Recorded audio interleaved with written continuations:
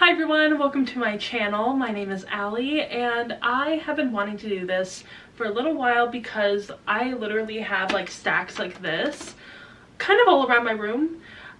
It's okay for some of the books because they are books that I'm like currently reading, but I really need to put these books away, find spaces for them. But my issue is that the bookshelf that is right here that you can't see is basically all filled up. Like, I cannot fit any more books onto it.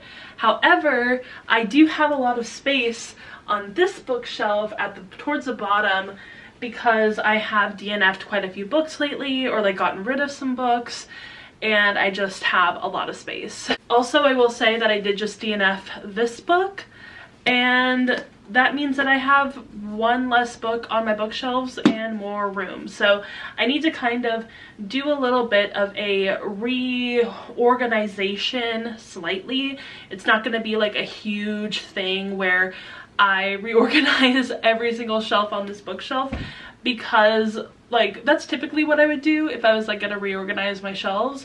But I really don't need to like completely redo how they're categorized. I just need to make some more room on this shelf. If you can't tell, or if you haven't watched any of my other older like organization videos, then you wouldn't know that like they do have there's sort of a rhyme and a reason to how I organize my books.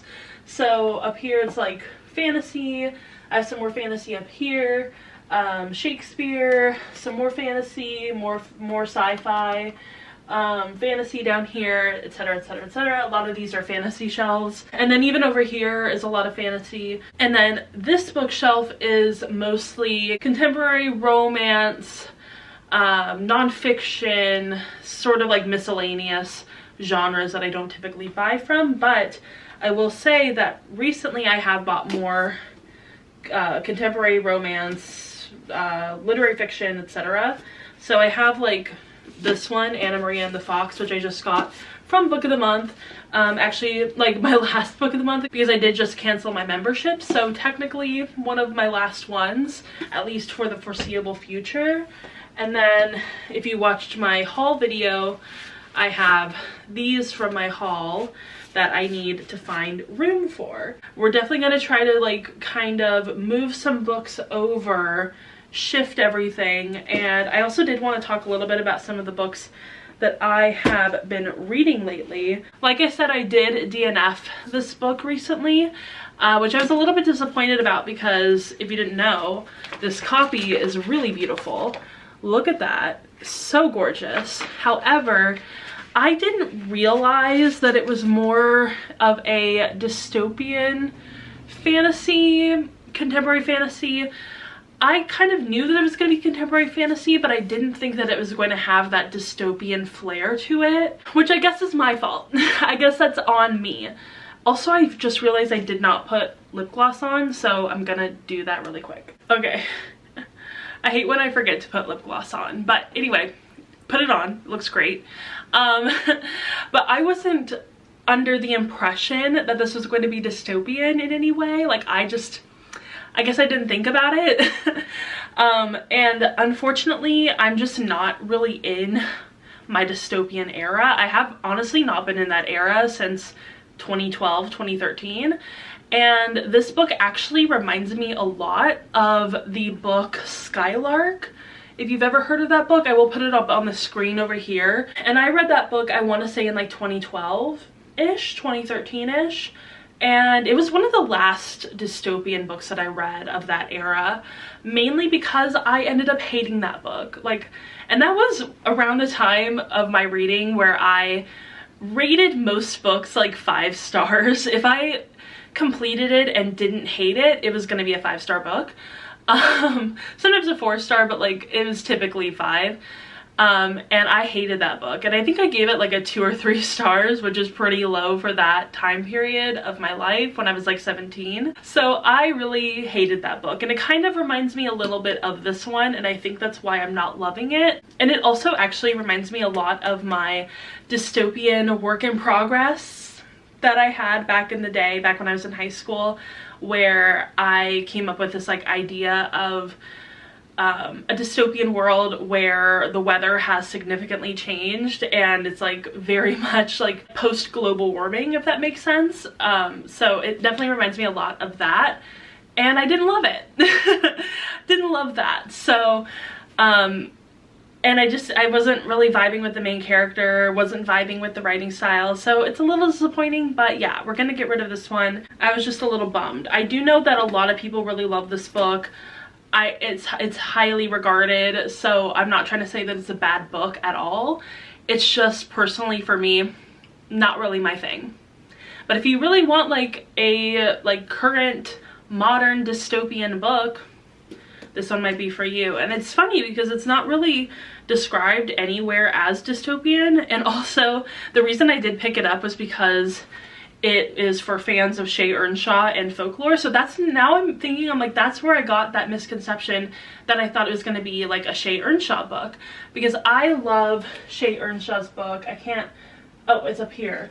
It's called The Wicked Deep. It was like, I think one of her first books. And this was huge on booktube when it came out. So I was under this impression that it was going to be like The Wicked Deep, which I loved. I like read this book, cried. It was amazing. And so I just thought it was going to be like a folklore-ish version of this book, or like something similar along the same lines. But it definitely is more leaning dystopian than leaning fantasy. So yeah, that's a little bit unfortunate. I do highly recommend this book though. Love it. But yeah, I don't know if you can see, there are some holes up here, so I feel like I need to move some books around. I'm gonna take some books from over here. Like, I'm gonna put Lake's Edge up there because I feel like it'll be good to see it up top. So we'll put that up there, move some books over, and figure out some more books to put up there, because I have so many empty spaces in this bookshelf. I'm kind of on the fence of where to put this book, because it's, I don't know, I think it's historical fiction and I don't think that there's any magic in it. So I think it really is just like historical romance. So I can't really put it on these shelves. It has to go somewhere over here. I do have my Bridgerton books over here, so I could put it next to the Bridgerton books that I own, but I don't know. I'm gonna see. And I do actually have another historical fiction book that I have from Book of the Month, another favorite, The Heiress Gets a Duke by Harper St. George. If you are in the mood for a really good historical fiction, historical romance book, I highly, highly recommend this series. I have read every single book from the series that has been published so far, and it's just so good. It gets better and better. So highly recommend that. I might put those two together because they are both Book of the Month books, and also it fits the vibe, right? Made you the one you've fallen for. Every dead end street brought you straight to me. I need to find like a paperback book to put up there. I mean, I guess I could just scooch these all over, and if I need room then I can always just move it back, but for now we'll just leave that like that. Okay, so I think that looks a lot better. There's no holes in where things are supposed to go. I do have some fantasy books that I do definitely need to keep like a little bit of an open spot for, but I figure that if I at least create some room, it'll be a bit easier to finagle things around when I get to that point. I'm gonna grab my coffee that I have been drinking. It is the Emma Chamberlain brand of coffee. I got it from Walmart yesterday and it came in a can. I was very intrigued by this and I thought it was okay. But we're gonna light a candle while I continue to figure out where I want to put everything. This is an amber and lavender scented candle that I got for my birthday. I really want a sweeter scent though. I think for like spring and summer, I want something a bit sweeter than like a lavender scent. Like lavender is very floral. I want something a bit more like fruity. So I think what I'm going to do is I'm going to take books from this specific cube right here and move them. So I'm gonna move these books over here, somewhere over here. We're gonna figure this out. Every dead end street, run you straight to me. I think we're gonna move Once and Future Witches over there because I also have one of Alex E. Harrow's other books over here, so we're gonna do that. And then we have The Accident Season by Moira Fowley Doyle. I have not read that one. Among the Beast and Briars by Ashley Poston. I also haven't read this book yet. And The Guinevere Deception, which I also have not read yet. I'm gonna put this down here though because it will match with my other Book of the Month books. And I think it'll be fine. Okay. Then I also have An Ember in the Ashes, which I have not read. I'm so behind. I really need to read that series though, because I feel like I would love it. And I feel like I might have a different perspective on it now than I did when I tried to read it a few years ago. So maybe we can get to that at some point. City of Brass by S.A. Chakraborty. All of these are so dusty. It's bad. Have not read this one either. I don't think I've read any of the books on here except for maybe one. Yeah, I think one book on the shelf I have read. But I am trying to get through my physical TBR. I really am. I'm currently reading Stephanie Garber's other book from her series. Gosh, what is it called? Her book from her other series. I think that's what I meant to say. But it's called Once Upon a Broken Heart, which I have been recommended so many times and I'm finally reading it. So everybody can calm down.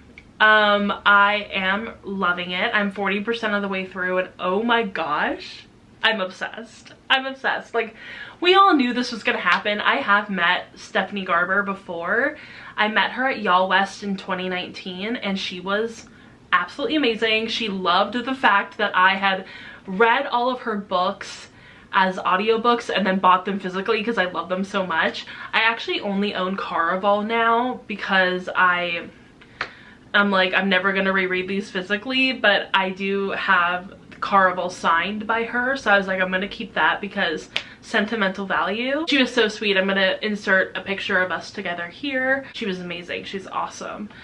And I love her books so much. They are some of my favorite YA fantasy books. And she's just an incredible writer. Like, she writes the kind of fantasy books that I love to read. They're very whimsical, they're very magical and beautiful. Very much like girls in dresses being badasses, but also being very vulnerable and tender and emotional. And there's a lot of like family stuff in there, which I love. There's always like something to do with family, whether it's like really tight-knit sisters or like family issues, family drama. Those are themes that I love to explore in fantasy books, so, or like in any books really. But she does such a great job of it, and I'm loving reading this book because it's so Caraval adjacent, but it's so much fun. It still has that like fun element to it. And yeah, I would love to read more books like Caraval and more books like Once Upon a Broken Heart. I just think that they're so fun and fantastical. Like, that's what I want fantasy to be. I want fantasy to be really fun. And I feel like too often fantasy is a little bit darker, a little bit more serious, a little bit more on the like action side, when I want it to be more on the romance side. But I don't want a fantasy romance. Like, I've read fantasy romance before, not the vibe. I want it to be more whimsical. I also have The Unbroken by C.L. Clarke. I need to read that ASAP. I have The Modern Fairy Tales by Holly Black, which has Tithe, Valiant, and Ironside. I need to read this as well. And I love this copy because look at how floppy it is. Like, it just flops open. Isn't that so nice? Don't you love when like a paperback just flops like that? And yeah, I need to read this so bad. I've never read it, and I love Holly Black. I think Holly Black is a fantastic writer and is one of my faves. And I know that this series is pretty contentious among Holly Black fans. Like, some people really love it, some people really hate it. So I would be very intrigued to read it. The next book here is Beneath the Citadel by Destiny Soraya. And I love this book. One of my faves. It's very much like, if you like Six of Crows, you'll probably like this one too. It has like an ensemble cast. It's kind of like heist adjacent. It's not necessarily a heist novel, but it kind of feels like one. And I really enjoyed it. It has an ace character, I believe, right? Yeah, a fat character. I believe that the fat main character is also the ace main character. It's been a while since I've read it. There is sapphic representation.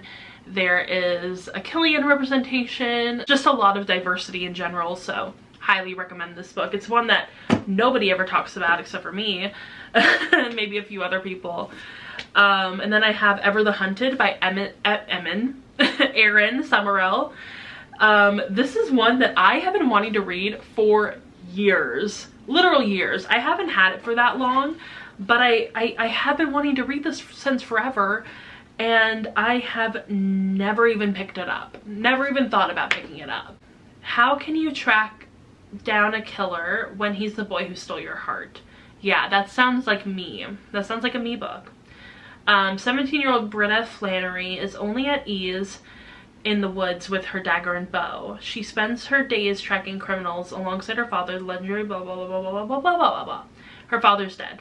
The alleged killer is her father's former apprentice, the only friend she's ever known, the boy she once loved, who broke her heart. Okay, you know what? This actually kind of reminds me a little bit of that one book. I don't know if I have it. Oh, yes, I do. Wait, no, I don't. Wait, it might be this one. It kind of reminds me of this Claudia Gray book, right? Okay, wait. Marguerite Kane grew up surrounded by cutting-edge blah, blah, blah, blah, blah, blah. She has parents. Yet nothing is more astounding than her mother's latest invention, blah, blah, blah, blah, blah. When Marguerite's father is murdered, all the evidence points to one person, Paul, her parents' enigmatic star student. These are the same books, different fonts. How did I never put two and two together? Like, these are very, very similar plots. Both of their fathers die. They're very close with their dad. They kind of want to work in the same sort of arena as their dad. Actually, I don't know if that's true for this main character, but I mean, they're enmeshed in their lives, and their father dies, and the suspect is their father's student or apprentice, same diff. What? These are the same books. Incredible, incredible detective work by me. I'm sure other people have made the connection between these two books. I'm just so slow.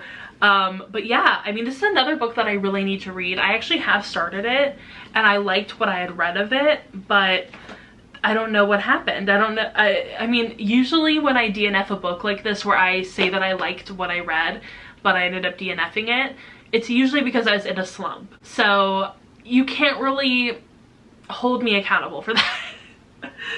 I guess you could if you wanted to, but the thing is that I will definitely read this at some point. And it's like, I really want to do a video where I read the YA books that I have on my shelves that I meant to read years ago, but just have never gotten to. And I don't really know how to do that kind of video. Like, I know how to do it, like I would just do a reading vlog and like talk about the books, but I don't know how I would title that. Like, what would you call that? I have a really hard time with video titles, so if you're ever like, why did Allie title that video that way? It's probably because I had no idea what to title it. I have such a hard time coming up with titles. I hate doing it. It's my least favorite part of making YouTube videos, is trying to come up with a title. It's bad.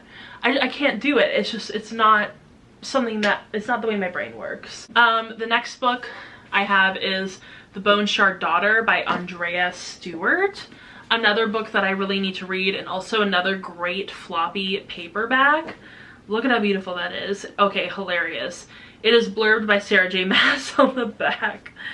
Oh Lord. Oh, and another great canceled author, Emily A. Duncan, great. Wonderful. But they do say that it's great, so who knows. This one says the Emperor's reign has lasted for decades, his mastery of bone shard magic powering the animal-like constructs that maintain law and order. Ooh, Law and Order. I have been watching a lot of Law and Order SVU. I'm sorry. I don't typically fall into these like propaganda shows. I don't watch Brooklyn Nine-Nine. I don't watch any of those other shows. However, I got sucked into Law and Order SVU about like a few months ago, and I honestly just fell in love with it. It's my turn my brain off and not think for an hour kind of show, you know what I mean? But I love it. It's so addicting. I like have to watch it at least once a day. And when I can't watch it once a day, I listen to the podcast that I found that is basically recapping episodes of Law and Order, and it's called That's Messed Up, and I love it. It's iconic. It's such, I don't know, there's something about the characters on that show that I love so much. Like, I love Olivia Benson so much. So I understand why Taylor named her cat Olivia. Like, it makes sense. It makes sense to me. My friend is really into Criminal Minds. I couldn't get into it. It's just not the same. Okay, and then the last book on this shelf, ooh, I love this cover, which is really weird. I don't typically like textury covers, but this feels really good.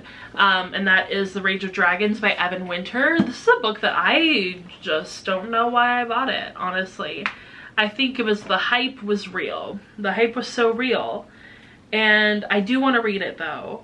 I wonder who has blurbed it. Anybody that I know? Not really. S.A. Chakraborty blurbed it. That's about it. But yeah, this book was self-published, right? Yeah.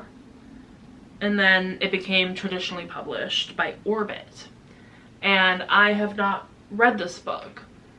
I need to. I mean, I need to read all of them. I have a lot of adult fantasy books that I picked up probably about in like 2019, 2020, 2021-ish. And I've just never gotten to, which is an issue. And here I am rereading The Invisible Life of Addie LaRue, right? Like, that's a thing. We have cleared out this little section, and that should be great. That should be fine. I'm gonna put these books down into this bottom shelf, because I feel like that is what is going to fit into this little section right here perfectly. Perfect. Wonderful. Okay, so now I have the old books to put away down there, which I think I will do last. And then I also have obviously these books. All About Love by Bell Hooks. I have Just My Type and Lease on Love by Fallon Ballard, which she gave me these. Great. In a New York Minute by Kate Spencer. I picked that up from Target. And The Woman Destroyed. I do also have obviously Sex and Rage and Black Swans by Eve Babbitts, but I did put those away. But I might move them over here. I'm not really sure what I want to do. And if I want to like move over my Bridgerton books as well, because they're also down here and I would like to see them. I got this one in the shorter paperback, this one in the taller one. They're two different sizes. But maybe I can find a good spot for these if I put my mind to it. I think I might move some of my YA books over here to replace my Bridgerton ones. So I'm gonna move, this time will be different by Misa Segura and Autobiography by Christina Lauren. And I'm gonna move those over. Haven't read either of these. I do want to read them though. Maybe in the summertime I will pick them up. Looks great.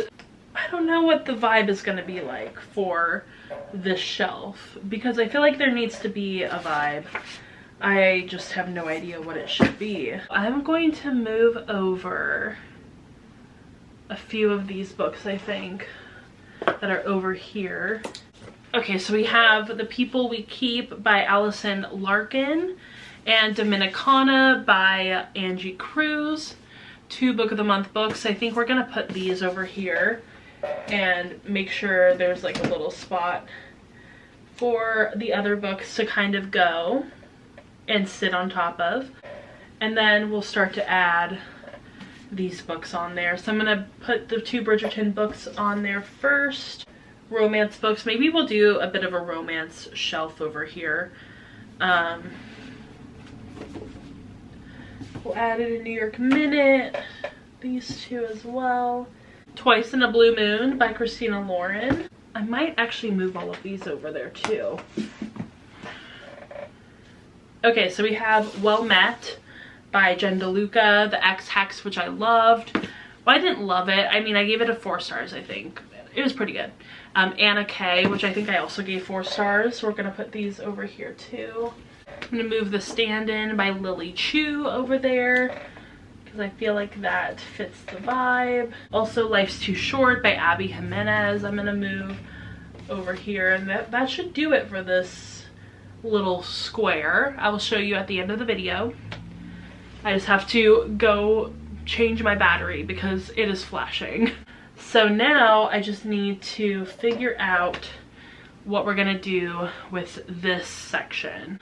Okay, so now we are over here where I do have a couple of books just kind of lying around. So I think being conscious of how much time I've already taken doing this video, I'm just gonna speed this part up and try to get everything as organized as possible while I listen to my audiobook. While I listen to my podcast, and I will speed up this section. So enjoy.